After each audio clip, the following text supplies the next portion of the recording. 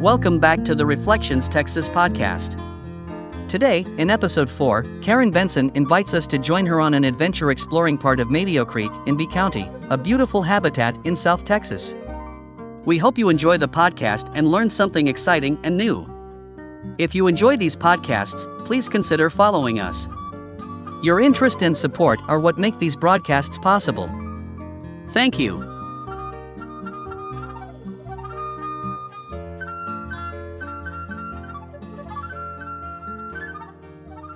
I am in B County in South Texas today.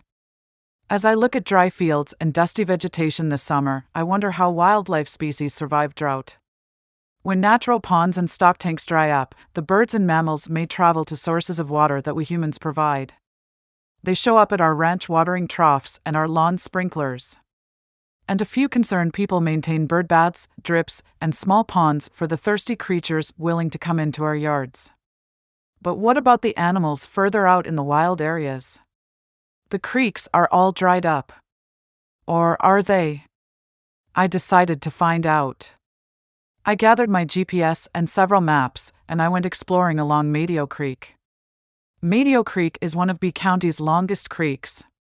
Its source is a small depression just over the county line in Karnes County. There may have been a spring there once.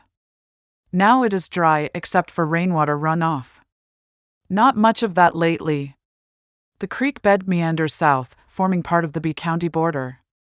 Highway 181 parallels Medio Creek as it travels through the Tulsa, Pettis, Tuleta, and Normanna areas. The creek turns eastward to south of Normanna, passing under the Highway 181 bridge.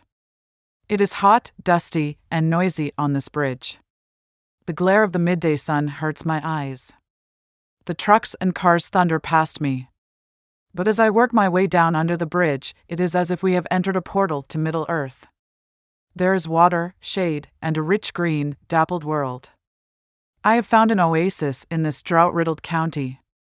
Ancient plants, a rare bird, and a mystery await me. The creek edges are lined with horsetail rushes. Horsetail rushes, Equisetum hyemale, are just about the oldest plants on Earth. They were around in the days of the dinosaurs. Horsetail rushes are primitive plants, more primitive than ferns. They reproduce by spores, not seeds, and have no real leaves. An equisetum plant consists of a 3-foot-tall, hollow green stem with a joint every few inches. They are scratchy and rough to the touch because they produce small silica grains in their tissues. Early settlers called them scouring rushes and used them to scrub out pots and pans.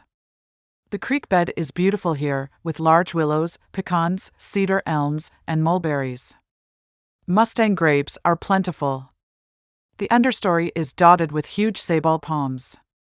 And the pools of water are large enough to support fish, especially minnows and gar. My second surprise was to see a green kingfisher. This small bird, the king of fishers, obviously was surviving quite well on the minnows in the Medio.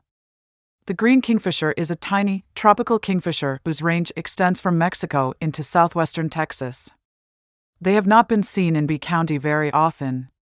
Kingfishers require special habitat, water clear enough to see fish, overhanging limbs from which to hunt, and creek banks soft enough to excavate a burrow. These fascinating birds have strange feet. The 3 forward-facing toes are partially fused to make a sole, more like a human foot than a bird's. In excavating a burrow, a kingfisher uses its sharp beak to loosen soil in the bank, then shuffles it out of the hole with its shovel-like feet. A nest cavity is hollowed out at the end of the burrow, up to 3 feet into the creek bank. Doesn't it seem odd that a bird makes its nest in a hole in the ground? I didn't find the kingfisher's burrow, but saw a much larger opening nearby. The mud along the edge of this burrow was very slick and smooth, and I fantasized that it might be a river otter's slide or a bank beaver's home. The surrounding mud was crisscrossed with tracks. Many other birds and mammals were using this oasis. But what was using the burrow?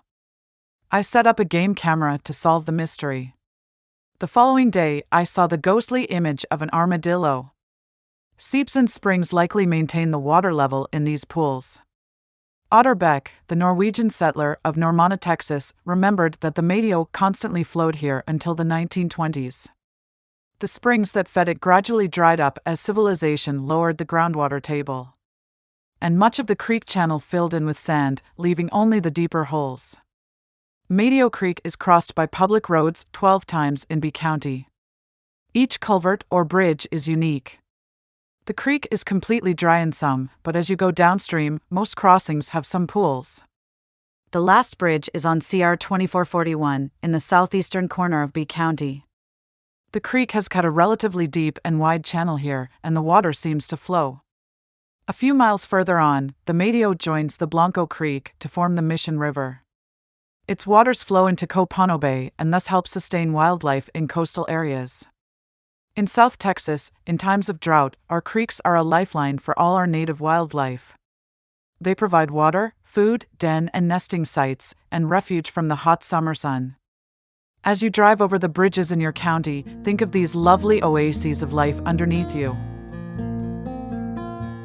If you enjoy these podcasts, please consider following us. Your interest and support are what make these broadcasts possible. Thank you.